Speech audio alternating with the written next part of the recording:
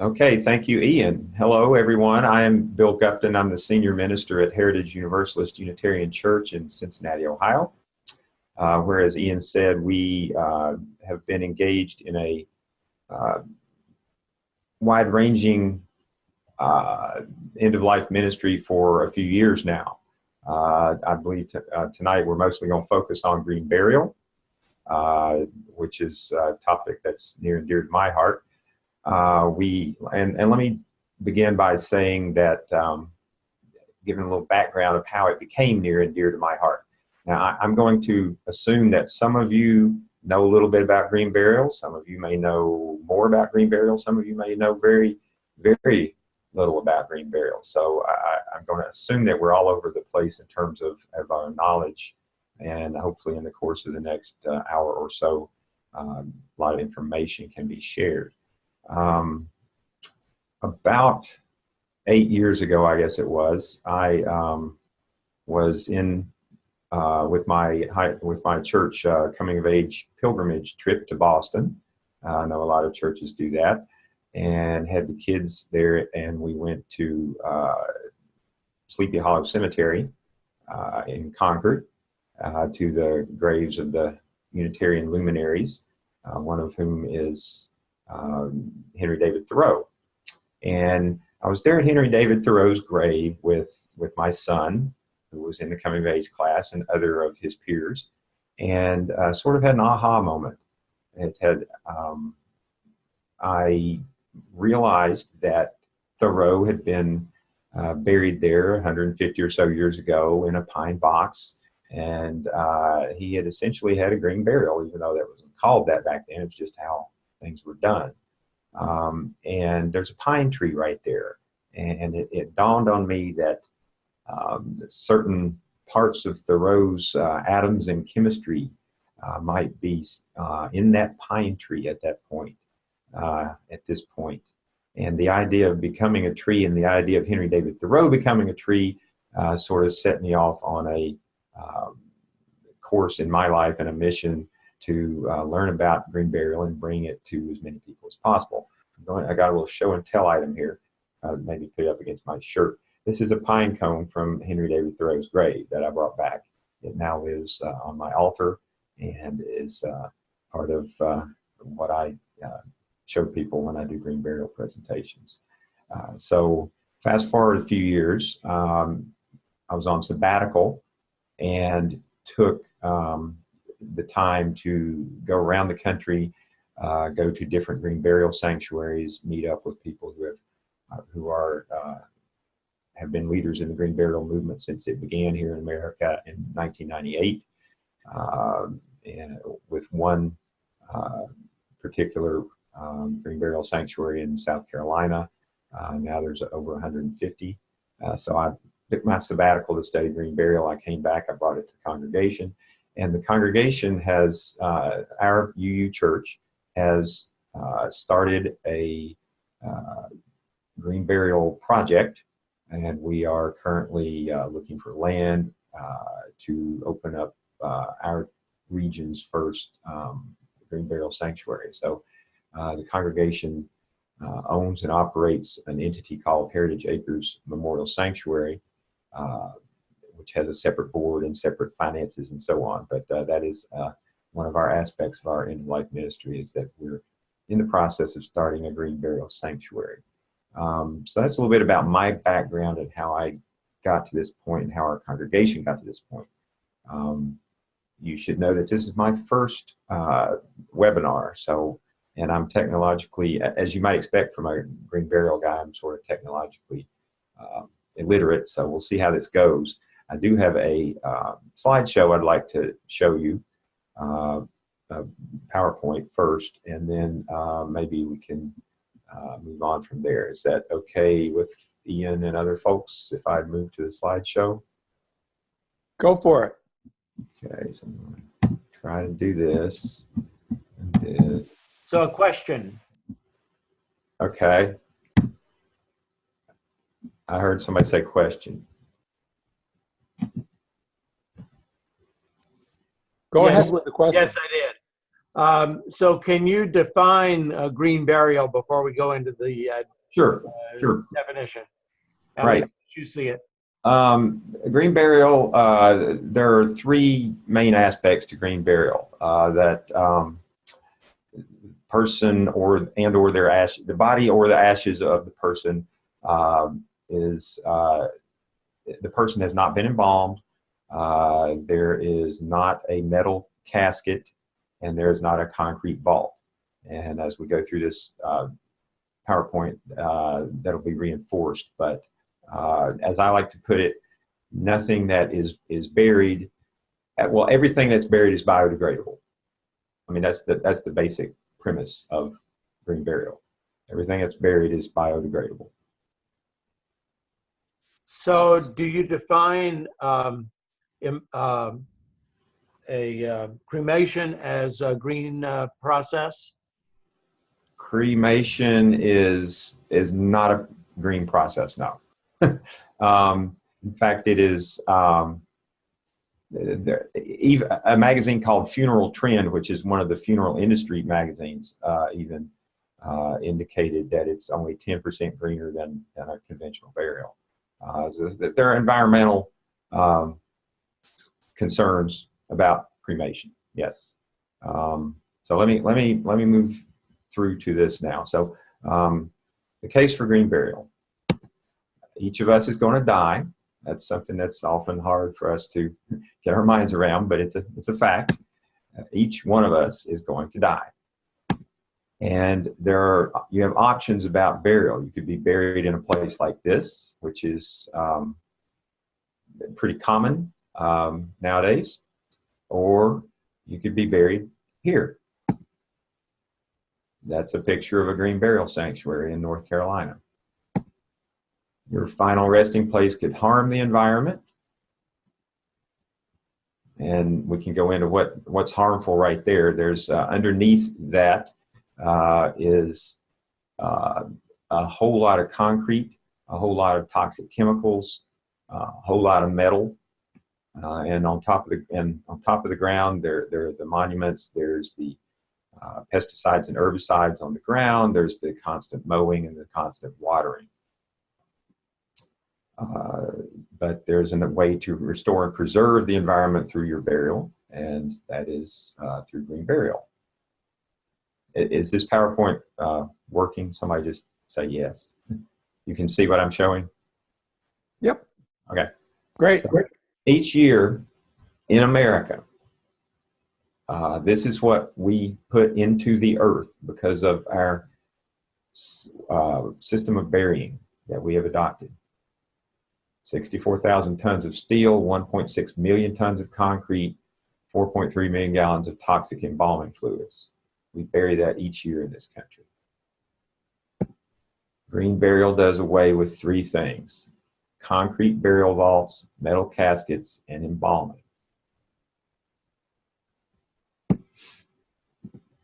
Green burial sanctuaries offer things like walking trails,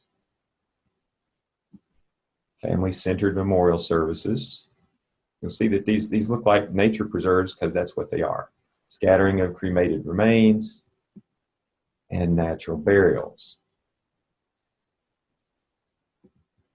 So I'm going to show you still photos from a couple of natural or green burials. This first one is from Carolina Memorial Sanctuary in Asheville, North Carolina. So this also included a home funeral, which is when the family took care of the body at home and did not use a funeral home. So this is sort of the start of this segment. So this is the family preparing to take the body out of the house and going across the way toward the, now they're making their way to the grave. There's little golf carts to take people who have mobility challenges. You see a variety of ages of people helping to carry the body through the natural habitat, also across that same bridge. And it's kind of a funeral procession. Now we are at the graveside, and this is the grave.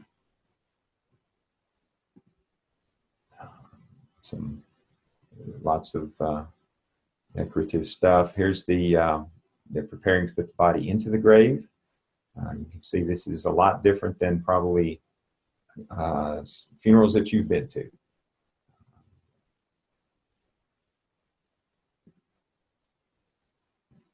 There's a certain informality and comfort.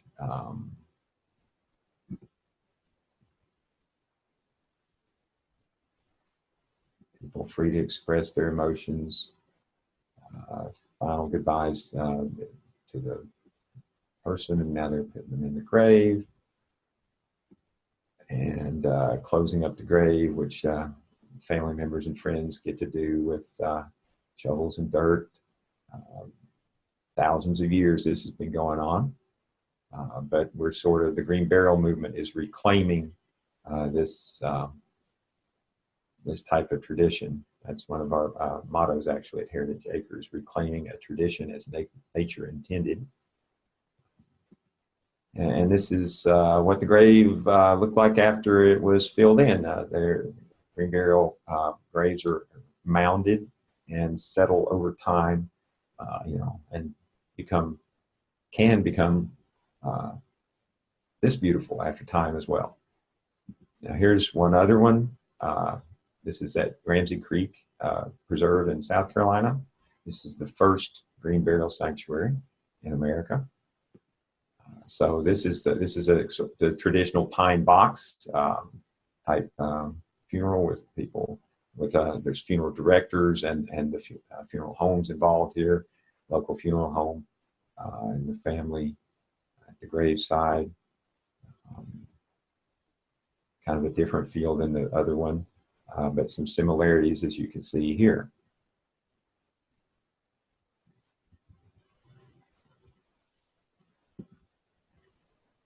And children are very often involved in the green burial, and it's very helpful for their spiritual and emotional development and their understanding of death. Here's the grave after it's been filled in.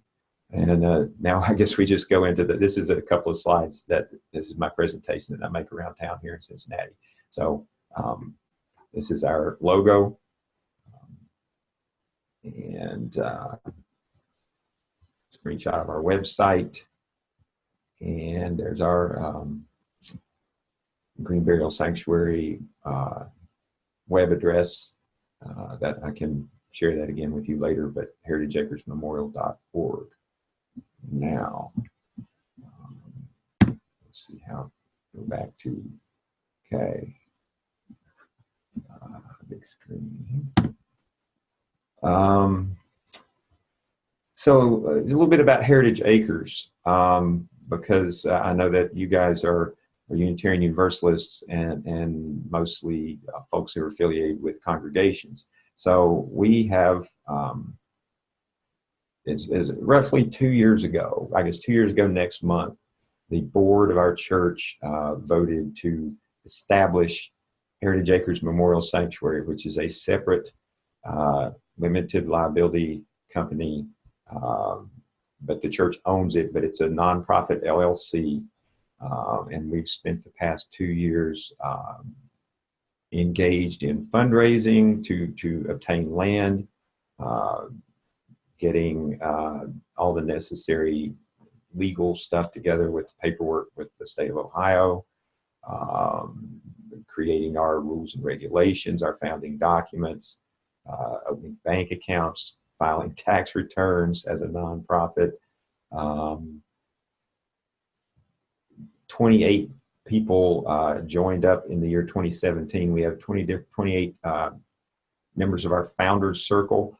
These were original donors who helped with our startup funds, and that was a drive throughout the calendar year 2017. We have 28 people who are in our Founders Circle, most of whom are from the church, but some of whom are not. Our Heritage Acres board is composed of 5 people right now. It's going to be 7, but it's always designed to have a majority of the board be members of the church. So right now it's 3 church members and 2 community members. Starting next year, it'll be 4 church members and 3 community members. So it's kind of a partnership with others in the community who are interested in starting a green burial sanctuary here in Cincinnati area, and we hope to have land and be open in 2019. So with that as some explanation and background and so on, I'm curious, I'd like to open it for questions and comments.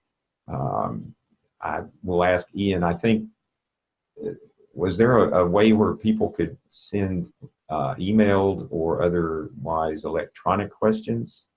Yes, there is a chat box on the right side. All right. And okay. And people So I'm can going put to questions there. See those. And they also can unmute themselves and ask. Okay, sure. Anytime I click on something, it's okay. So yeah, I don't see any. All right, I don't see anything there. That's current. So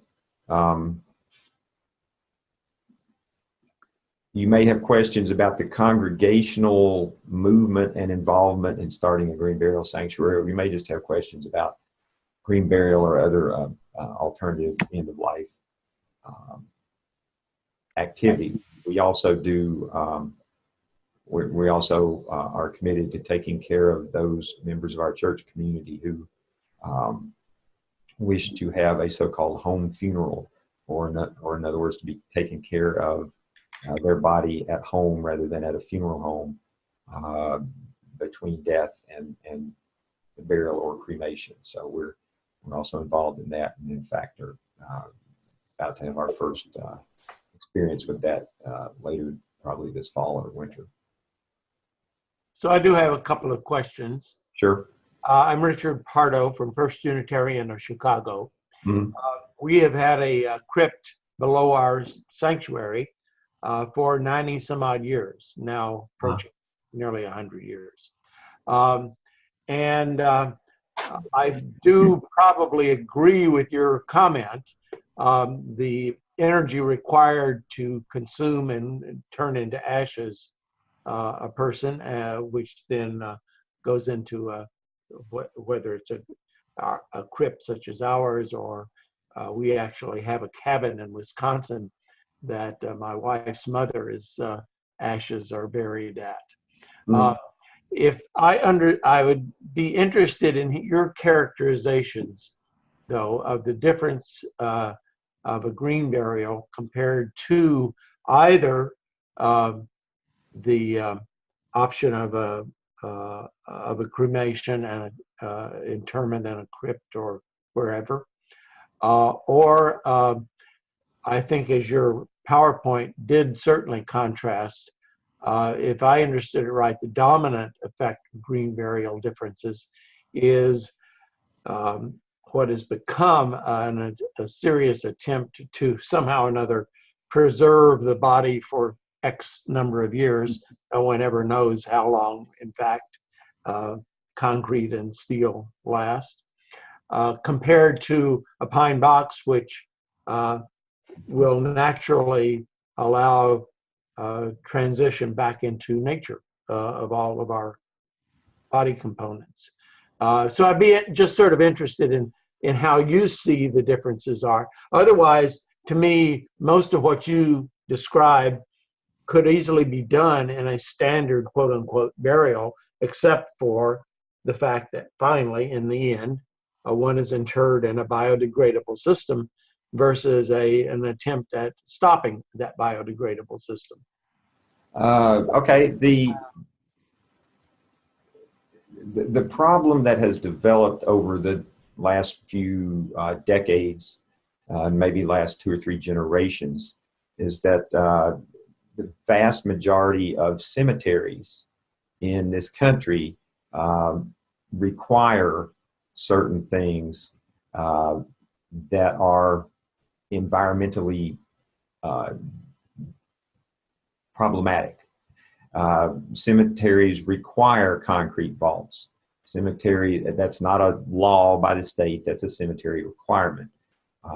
Cemeteries have different rules and regulations that are designed to for one thing, maintain that flat, pristine grass look, which, you know, involves burying concrete. You've got a layer of concrete right under the grass. Right. You've got all these chemicals on the grass. The grass is constantly being mowed and watered. So the green burial movement is starting to have an impact on the funeral industry, on the cemeteries as well, who are part of the funeral industry. And some cemeteries, in any given town, there might be one or two cemeteries that are starting to open up green burial sections. This is called a hybrid cemetery by the Green Burial Council. That's a resource that people who are interested should check out, is the Green Burial Council. But so-called hybrid cemeteries are where a conventional cemetery will open up a section where green burial is allowed, where only green burial is allowed. So folks in that section will not be embalmed, and they will not be in a metal casket, and they will not be in a concrete vault. There's a lot of misconception around the preservation of the body by embalming and by all these layers of metal and concrete. The body is still going to decompose. It's going to decompose anaerobically rather than aerobically, yes. And so shortly after one goes into the ground in a conventional cemetery, the decomposition is happening. It's just that what decomposes is then kept sealed away from the earth, where it could be nourishing the soil and returning ashes to ashes, dust to dust, to Mother Earth from which we came. A lot of this, to me and for me, is a spiritual. There's a spiritual aspect to this, and the beauty of we are part of the earth. We are part of the natural system, and to try unsuccessfully, ultimately, to cut us off from returning to that is sad for me to see. You had mentioned cremation. The founder of the green burial movement in America, Billy Campbell, once called cremation the second greenest way one could go out. But obviously, the natural burial process that humans have done for millions of years is far and away greener. There's the fuels that are used to create the heat necessary for the cremation. There's things that get released into the atmosphere, such as mercury and so on. People, you can look up statistics on this on Heritage Acres website, on the Green Burial Council website. Any Googling of green burial will yield lots and lots of information for folks. So, okay. Another, anyone else? I mean, I've got some videos I'd like to show you at some point. So I see, I'm trying to sort of read the things that are coming in here. Are you aiming, so someone asks, are we aiming to have our sanctuary certified? So I assume you mean by the Green Burial Council. It's not urgent to a lot of new green burial sanctuaries are opening up. It takes a while for the certification process to happen. It'd be nice if we were certified at some point by the Green Burial Council, either as a natural or a conservation cemetery. Those are two different levels. We hope to eventually set up a conservation easement on our land. So someone asked about artificial body parts, and yeah, that's a good question.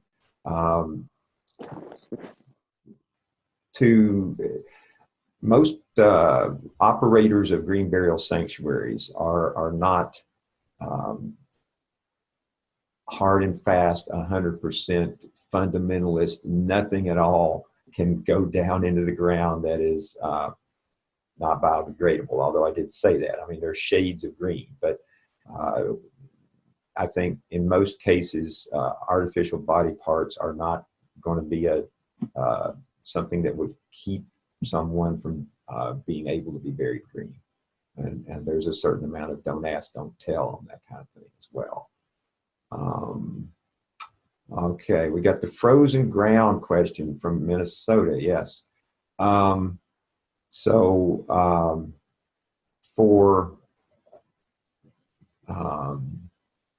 generations and centuries and millennia, people had to deal with this. We have plenty of ways nowadays to preserve a body until the ground thaws for a burial, whether that's green or otherwise.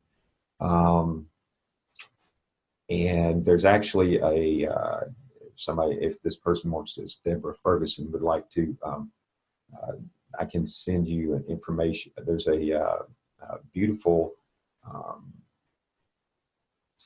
documentary, I think it was in one of the Dakotas, about a green burial, and that involves sort of the winter and waiting. What else we got here? Concrete vaults are used mostly because the heavy equipment now used for grave digging. Yes, concrete vaults are used to both keep the ground flat and because there's a lot of heavy equipment that drives around on that ground. Are burial spots marked with the person's name or other information? So they're typically in a green burial sanctuary, one of the requirements or rules is that any marker be flat to the ground. So these tend to be flat sort of stones, native stones, creek stones, etc. Flat stones or wooden markers that are thin and flat to the ground and eventually get covered up, because green burial sanctuaries are generally not subject to the same kind of maintenance that a conventional cemetery is. So nature is allowed to kind of take its course. Any mowing that occurs is infrequent. Growth occurs, natural growth occurs. People wonder sometimes about how to find a grave. Nowadays, it's all about GPS. Graves are GPSed, and those records are kept, even if there's not a marker. Some people choose not to have markers. Some people choose to have something planted, like flowers or wildflowers, bushes, trees that would be planted on their grave as kind of their memorial as well. Anybody? Okay, what are state regulations, laws? Yes, absolutely. So all in the United States, each state has different rules and regulations and laws about burial. There is no state where green burial is illegal, but there are a lot of states where there are various and sundry restrictions on where and how people can be buried. There's no state where embalming is required in a typical death situation. Usually only embalming is required in the case of highly communicable diseases like Ebola and such. So each state has different laws. I actually, in the Mid-America region, they vary widely, definitely. Ohio's one of the more lenient in terms of just not having lots of written out restrictions. If you're curious about your own state, either in terms of green burial or in terms of the rights of the survivors to care for the body of their loved one themselves, There's plenty of resources that you can check into online or at the library, or again, if you go to the Heritage Acres Memorial.org website and look under Educate Yourself, we have lots of links and information there as well. I could, if people want to ask specific state questions, you know, I'm not so up on certain states, and I might know a little bit about some other states. Somebody had asked prior to this, I'll go ahead and mention it, about a newer process called alkaline hydrolysis, which is also sort of colloquially called water cremation. It is a process that's definitely greener than cremation that we think of, in which the body is liquefied rather than burned. That's now legal in 16 states, 3 of which are in the Mid-America region, Minnesota, Kansas, and Illinois. But just because it's legal in those states doesn't mean that there's yet an infrastructure where there are facilities that will do it or be able to do it. But rather than being burned, the body's liquefied, and that's a thing that's coming down the pike as well. For me, and it's different for each person. Everyone has their own what they're comfortable with and what resonates with them. What resonates with me is returning to the earth and having my body absorbed into the earth. So that's kind of what what motivates me around green burial. I should also probably offer background of from early memories onward through young adulthood and so on. I had a lot of fear around death. And it's somewhat ironic that I've become a leader in our community in terms of embracing death, in terms of finding ways to take care of each other post-death that are more meaningful. But I think becoming part of the Green Burial movement and the alternative death movement, sometimes called the death positive movement, has really changed my outlook on things. And our congregation is quite educated about and comfortable with all matters of death and dying. In fact, this woman that we're going to be caring for at some point in the near future had a living wake at our congregation a couple of weeks ago, wherein she wanted to have her memorial service and have her life be celebrated while she could still experience it and be part of that. And it was an incredibly beautiful thing. There were a couple of hundred people there to celebrate her. So this is all part of what we're doing at Heritage Church in Cincinnati. I think Patricia had a question. Okay. I didn't have a question. I'm actually, I'm a UU in Kenosha, Wisconsin, but I'm actually a licensed funeral director. Right. And I want to just mention a few things. Alkaline hydrolysis might be more green than cremation, but it still uses quite a few noxious chemicals, and quite a bit of energy is also used. Correct. And I wanted to talk to Deborah about Minnesota. Here in Wisconsin also, some places a body is kept during the winter time, but again, if you had an unembalmed body, I'm not quite sure where you would keep it while you were waiting for the thaw. But any cemetery is going to have, even in a green cemetery, the family would not be required to dig the grave. So your professional grave digger guys have warming units Sure. that can be used. Yeah. And that's so that burial can take place right away. And when Mr. Pardo was talking about having a crypt in the church, that's one of the other places where embalming may be required, is if you're in any sort of indoor crypt. You know, like one of those where the casket is behind a big marble slab in the wall. Embalming is pretty much Right, always above ground. required in those Yes. situations. Right. It sounded like maybe that was mostly cremains, though. That But would I'm be. sure in the that old would- days it might not have been. Yeah. So, any other funeral director questions, just let me know. And you said Wisconsin, right?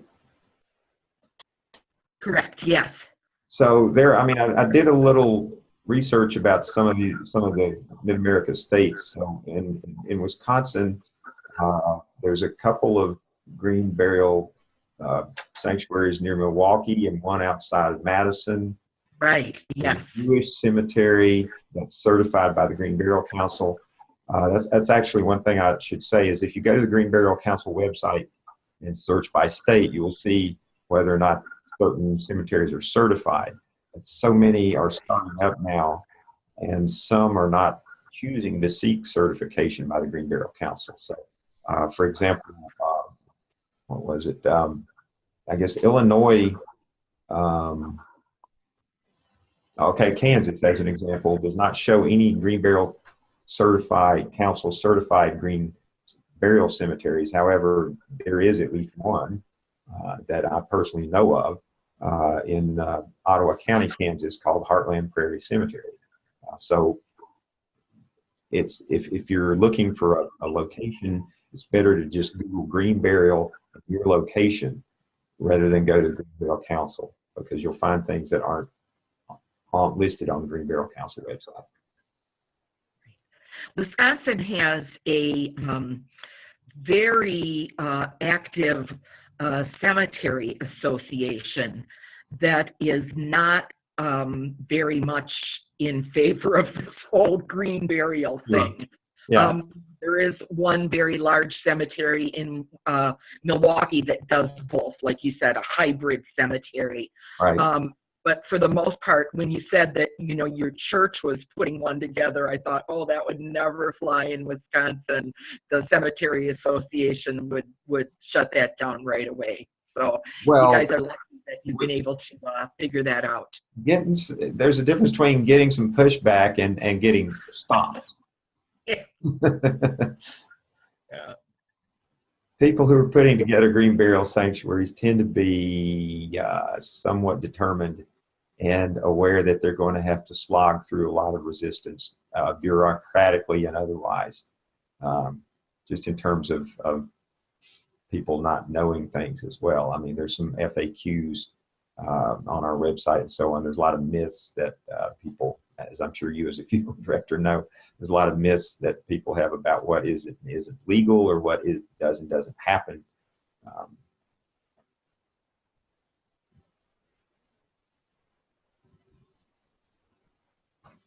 Let's see. I have a question, if I might. You're a technical person here, Ian Evison. I was talking about this with a Jewish friend. Right.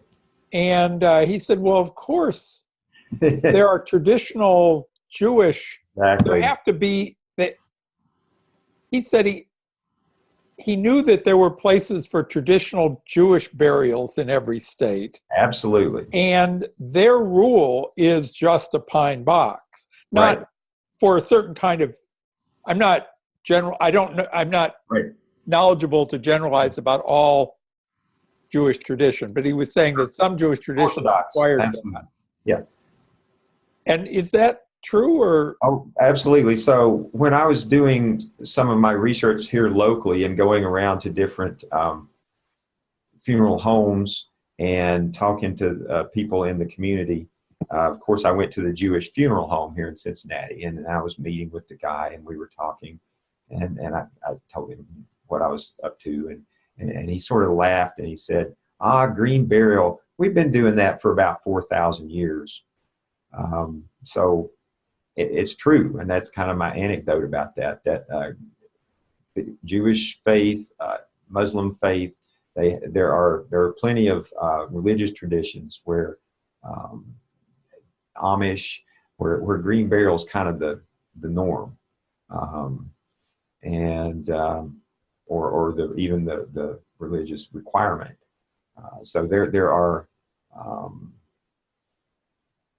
accommodations for that even in the early 21st century. And I suppose I should point out that embalming only really began in this country in the Civil War, and only really became commonplace in this country in the 20th century.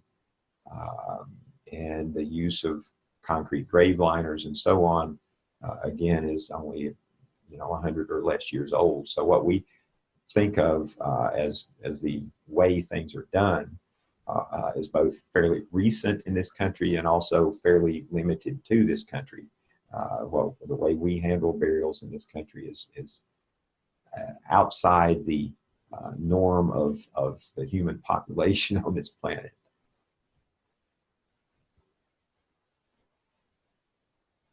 Oh, somebody, one of the chats had asked about, or had mentioned the Funeral Consumers Alliance. So yes, that's an entity that I would like to lift up as well, as you check in with the Funeral Consumers Alliance. They are, their purpose is to help consumers not be paying more than they should, and to know what low-cost options are. Green burial being a much lower cost option than a conventional funeral as well. People often ask what is the cost of a green burial, and that's can tend to range around $3,000 to $4,000, whereas the average conventional burial is between $10,000 and $15,000.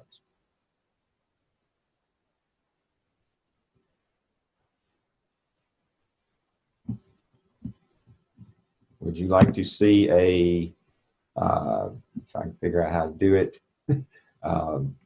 video? Since no one's chomping at the bit to ask a question right now. Go for it. Just do share screen.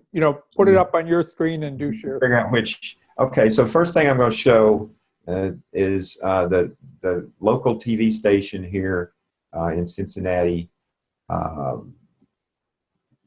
did a little piece on Heritage Acres. This is great. Green Burial Sanctuary was opened in the U.S. back in 1988. Now there are more than 150 of them. Yeah, this is a really interesting way to bury people, but none are here in the tri-state region. So 90 Your Side's Palo Suro says that may soon change. Check it out. It just grabbed me like a love affair. I really fell in love with nature and the earth. 75-year-old Kathy Wade feels at home when she's surrounded by grass, birds singing, trees. I guess you could call me a tree hugger. She lives in love with nature. She also wants to die that way. Everything that I am is a gift from Mother Earth, giving my body back. After death is a way to give back. So when she heard about green burials 2 years ago, she was immediately hooked. I have watched many of my relatives being interred in the earth in vaults, and I don't want that to happen to me. There is no embalming. People are not buried in metal caskets, and there is not a large concrete vault placed in the ground. Bill Gupton with Heritage Acres Memorial Sanctuary says you're instead buried in anything biodegradable. So I would want actually to be buried in a shroud. I would want no separation between my body and the earth. Making it better for the environment. There are over 2 billion tons of concrete in our earth in America today from burials. There are over 100 million tons of steel and metal and almost 1 million tons of formaldehyde buried each and every year. Now, Heritage Acres wants to be the first cemetery in the tri-state to offer a plot of land strictly for green burials. There will be walking trails, there will be benches, it will be a place where people can hike, reflect. Another thing they say is beneficial is the cost. A green burial costing $3,000 to $4,000, and then what they call a conventional burial costing more than $10,000. Paola Soro, 9 on your side. Well, Heritage Acres, which is a nonprofit, says that it will also allow pets to be buried this way. It is in the process of finding a plot of land and is accepting donations right now. They hope to be open in 2019. Now, if you're interested, we do have some information right now on WCPO.com, right?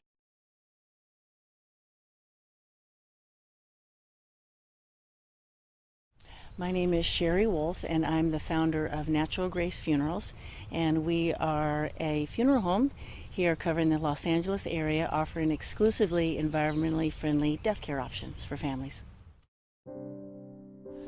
Green burial or natural burial, which is often an interchangeable term, is, in its practical sense, a way for us to care for our dead and allowing the body to go back to the earth in a simple, natural fashion with minimal environmental impact.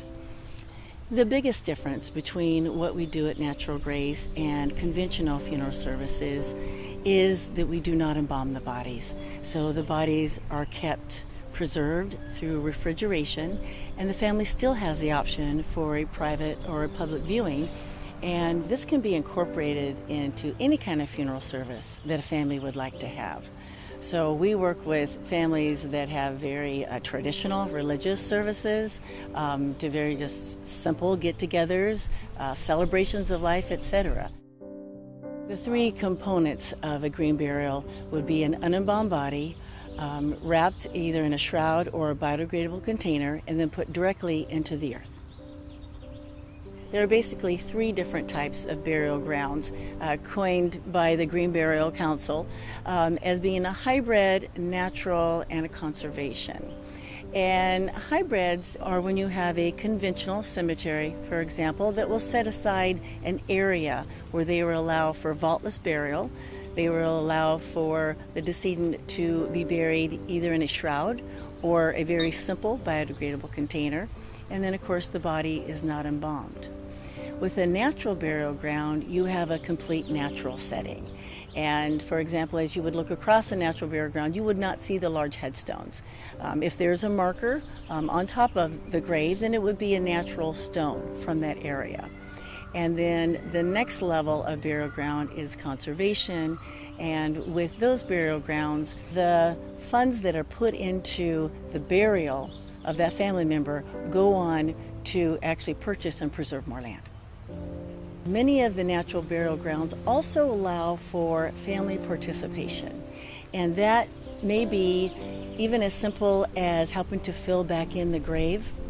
And families ask to be part of a natural burial very often.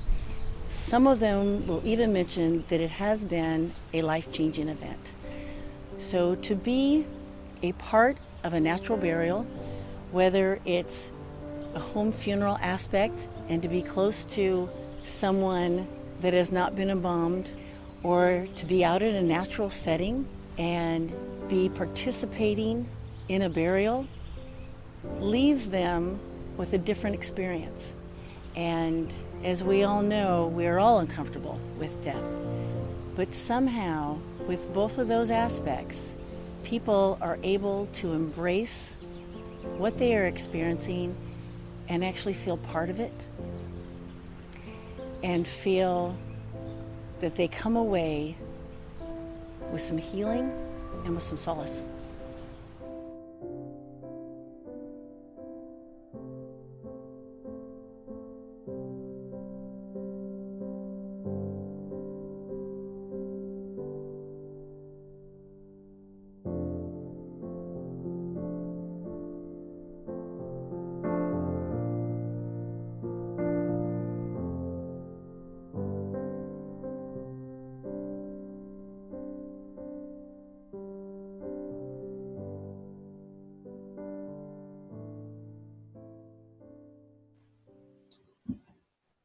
Okay.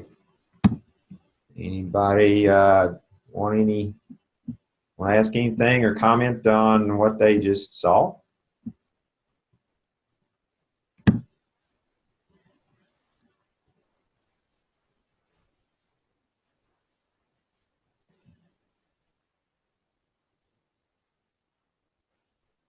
So the question about where that occurred in Washington at the White Eagle Preserve in Goldendale, Washington. It's Eastern Washington. I've been there and actually seen that grave and talked to the people there. It's a totally different ecosystem. Even here in this Mid-America region, we have lots of different ecosystems, and that certainly determines how green burials occur and what becomes of people's atoms as they return to the earth, for sure. What does it take to be certified? Certified as what?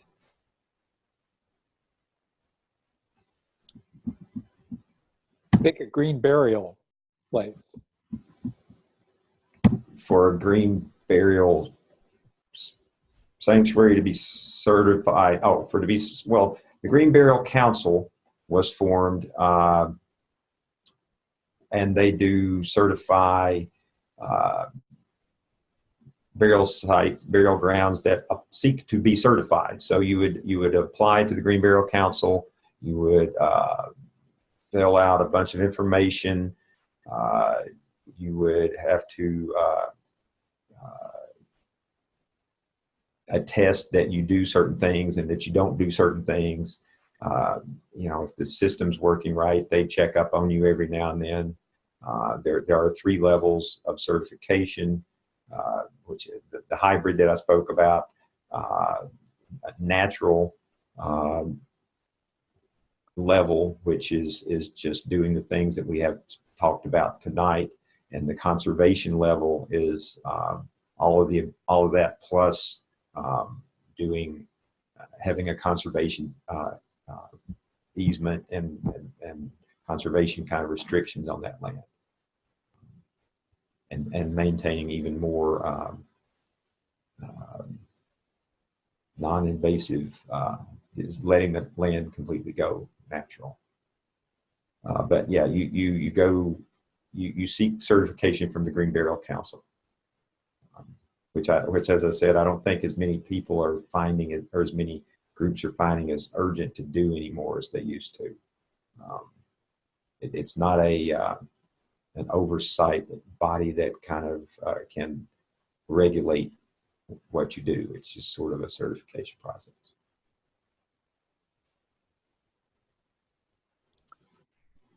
Your local state, you know, whatever state you're in is going to have to certify you as a cemetery, period.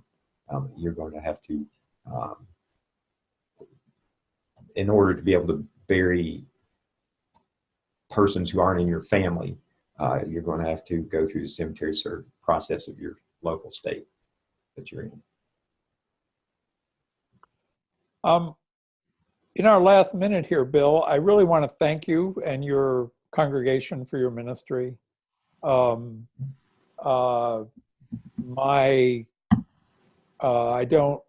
served as a parish minister and now only occasionally do memorial services. And again, I'm struck by how crazy and mixed up our society is about death. Right. And your willingness to be straightforward and even idealistic about how we go about this is a great gift to us all. And just want to thank you for the evening. Thank you. Are we about done? I can talk about this all night, but only if people ask me questions or I think of other things. I don't want to cut it off, but if we're at an ending point, we can stop. If you just a minute. There is a comment from Terry Wiggins here. Cremains are always able to be buried in a green burial sanctuary, yes, or scattered. is basically the bottom line on that. There's also a couple of locations where research is being done on human decomposition in the natural environment. So one can donate one's body to science in the way that we normally think of, but nowadays one can also donate one's body to essentially a green burial research facility where decomposition is studied. There's one in Cullowhee, North Carolina. There's one in Knoxville, Tennessee, and I've known people who've done that too. So there's a question, will the recording of this webinar be available? Yes, through the Mid-America website, usually takes a week to 10 days. And then Richard Pardo has a question. I think we will want to write a summary of this option for our newsletter. So are there any restrictions? If you mean from the point of view of the region using this material, none at all. Please do, it's a resource for you. If it's about restrictions on the process itself, Bill is, if that's your question, Bill is the one to answer it, not me. Great. Well, thank you again, everybody. Sure.